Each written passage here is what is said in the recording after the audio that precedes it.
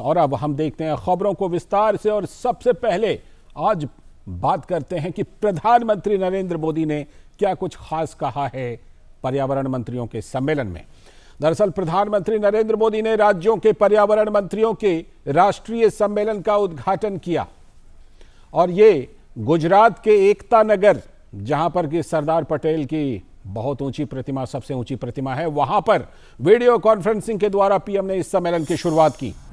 PM Modi ने अपने संबोधन में लोगों को पर्यावरण के प्रति जागरूक करने पर दिया है जोर। खास तौर पर पीएम ने कहा है कि तेजी से विकसित होती अर्थव्यवस्था के साथ भारत लगातार इकोलॉजी को भी कर रहा है मजबूत।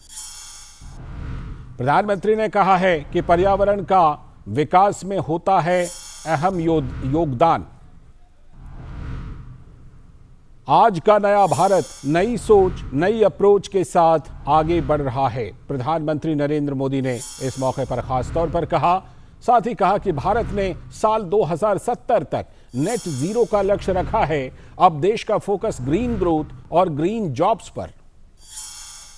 पीएम ने सभी पर्यावरण मंत्रियों से राज्यों में सर्कुलर इकोनॉमी को बढ़ावा देने का आग्रह किया। साथ ही कहा कि पहले पर्यावरण के मंजूरी के नाम पर देश में आधुनिक इंफ्रास्ट्रक्चर के निर्माण को उलझाया जाता था।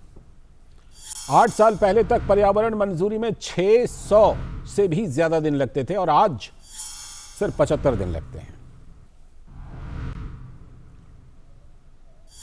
तो प्रधानमंत्री नरेंद्र मोदी ने ये संबोधन दिया है और इस संबोधन में कुछ खास बातें कही हैं पर्यावरण को लेकर, विकास को लेकर, भारत का नजरिया, नेट जीरो को लेकर के भारत का लक्ष्य।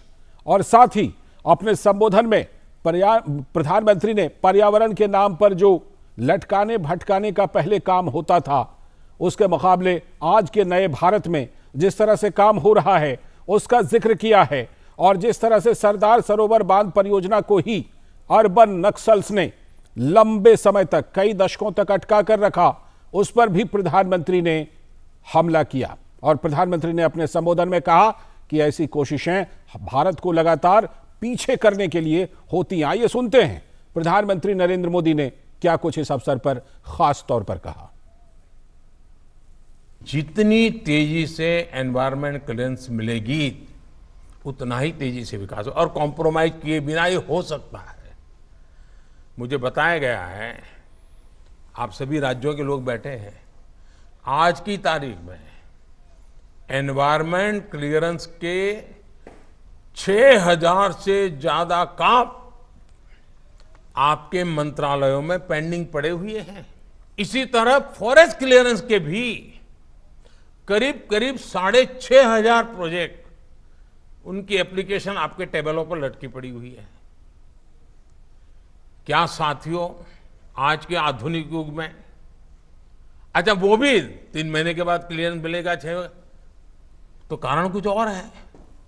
हमें बिल्कुल कोई पैरामीटर तय करने चाहिए, निष्पक्ष भाव से करना चाहिए और पर्यावरण की रक्षा करते हुए क्लियरेंस में देने में गति लानी चाहिए। आप जिस जगह पे बैठे हैं ना, ये एकता नगर में, ये हमारी आंखें खोलने वाला उदाहरण है। कैसे अर्बन नक्सलों ने, विकास विरोधियों ने इस इतने बड़े प्रकल्प को, सरदार सरोवर डैम को रोक के रखा था। जो काम की शुरुआत नेहरू जी ने की थी, वो काम पूरा हुआ मेरा आने के बाद। और आज वही एकता नगर पर्यावरण का तीर्थ क्षेत्र बन गया। मतलब कितना झूठ चलाया था। और ये अर्बन नक्सल आज भी चुप नहीं है, आज भी उनके खेल खेल रहे हैं। उनके झूठ पकड़े गए, वो भी स्वीकार करने को तैयार नहीं है। अब उनको अब राजनीतिक समर्थन मिल जाता है कुछ लोगों का। तो प्रधानमंत्री ने साफ तौर पर जिक्र किया कि किस तरह से एक साजिश के तहत, जिसमें देश के अंदर के भी कुछ लोग, अर्बन नक्सल्स, शामिल होते थे और अंतर्राष्ट्रीय साजिश के तहत भी जो प्रोग्राम्स थे, जो विकास के कार्यक्रम थे, उसको लटका दिया जाता था, भटका दिया जाता था। वक्त है एक ब्रेक का और ब्रेक के बाद जब लौटेंगे तब करेंगे आज की खास चर्चा। गृह मंत्री अमित शाह बिहार के दौरे पर हैं। मिशन 2024 को उन्होंने वहां पर लॉन्च किया है पूर्णिया से, और खास तौर पर क्या कुछ उन्होंने कहा है इस पर करेंगे बात। देखते रहिए डीडी न्यूज।